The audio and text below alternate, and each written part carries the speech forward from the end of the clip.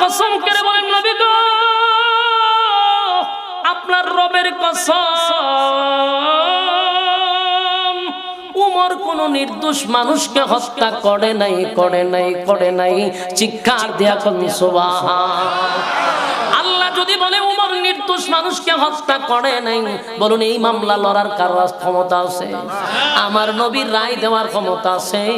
আল্লাহর নবী রায় দিবে কি? জিবরাইল বলে হুজুর পৃথিবীর কারো রাটারে যদি ধরা না পড়ে, উমরের রাটারে সেটা ধরা পড়ে।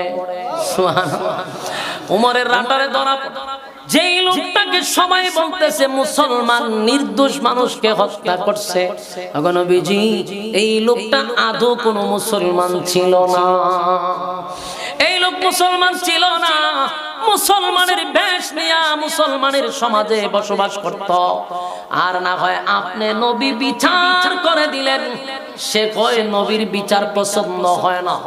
এখানেই বোঝা যায় সে কোনোদিন মুসলমান হতে পারে না। কথা ভিন্ন দিই। এই সমাজেও যদি কেউ কয় কোরআন সুন্নাহর আইন আমার ভালো লাগে না, আমি নবীর আইন পছন্দ করি না, শরিয়া আইন আমি মানি না, কসম খোদার সে কোনোদিন মুসলমান হতে পারে না। আল্লাহ বলেন হাবিব